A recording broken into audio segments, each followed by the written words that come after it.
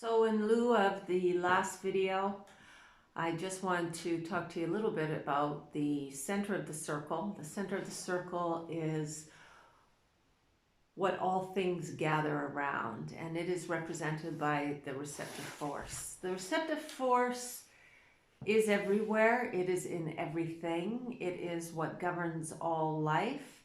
It is what life is made of. And there are various renditions. It starts from nothing and moves up to something great, and it becomes the entire universe.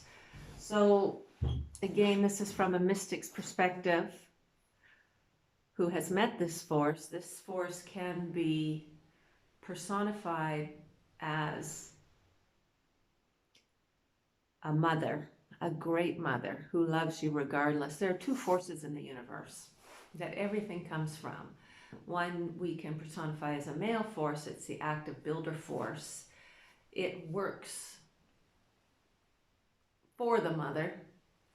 She is the one who has the ultimate say. The male force is the one that has created the activity of life. The feminine force is the one that has allowed it to happen and provided all the things necessary for it to become so. The feminine force is the all-knowing, the intelligent, all-knowing force of the cosmos. It is we can imagine the cosmos as the universe, as the body of a great mother. And she is the one that is doing all the allowing, but we have to play to her tune because she dominates all things. And her force, her receptive force, is love. If you bend to love, and love is the way, you will usually find all the answers you need. If you follow what's in your heart rather than letting your mind take over. The mind likes to, because the mind knows less. And when the mind has opinions and concrete ideas about things, it makes the mind feel safe. But the mind really does not know as much as the cosmic mother, because the cosmic mother is within everything and understands the standpoint of everything. She is the one that when you finish the Kundalini, she will serve you.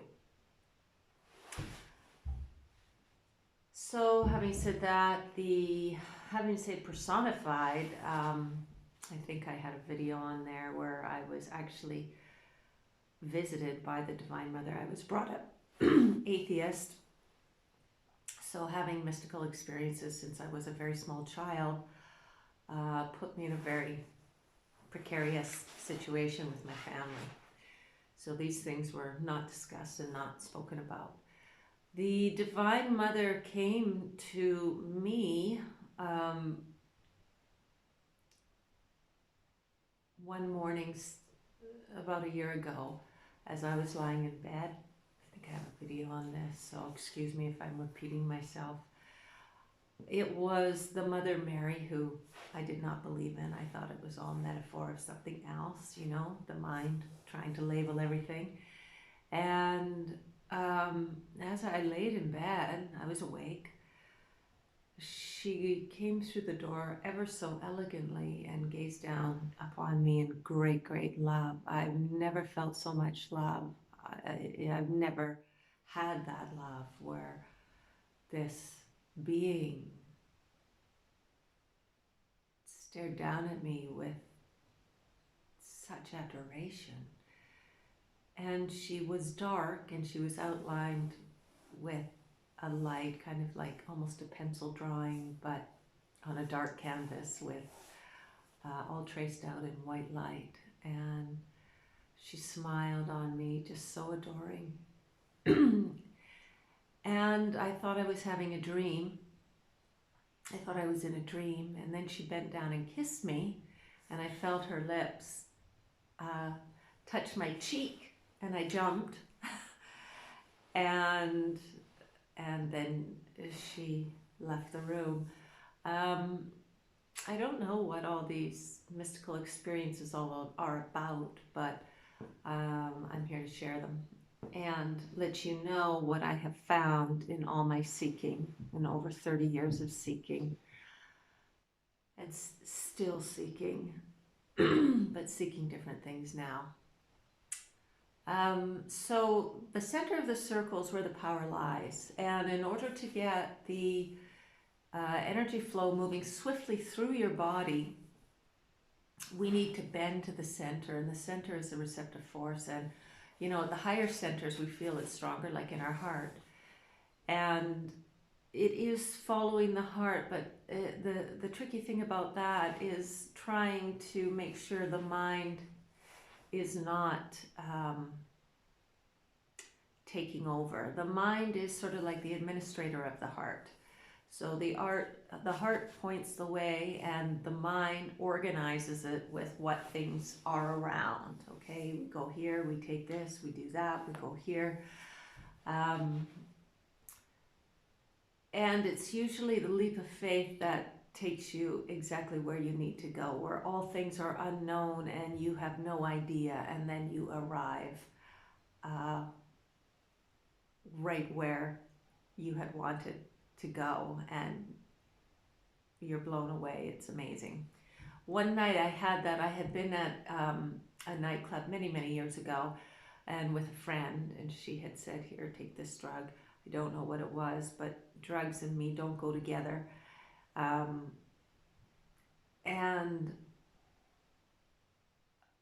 my friend was out having fun, and I sort of turned into this rooted tree and could hardly move. And I just pictured in my mind, gee, my car, I'd like to get to my car and go home. I'd like to get to my car and go home. And I didn't know how to do that because I was sort of trapped in my body. That's happened many times. And then I found my body moving slow, like a snail, out into the darkness of the night. It was about 1 a.m. And it walked and walked. I was downtown. My friends and I were downtown, and I walked and walked and walked, and then suddenly my body wouldn't move anymore. It just stopped. It stopped moving. And I thought, oh no, now I'm stuck. And I turned to look to my left, and my vehicle was right there. I had no idea where I had parked my vehicle.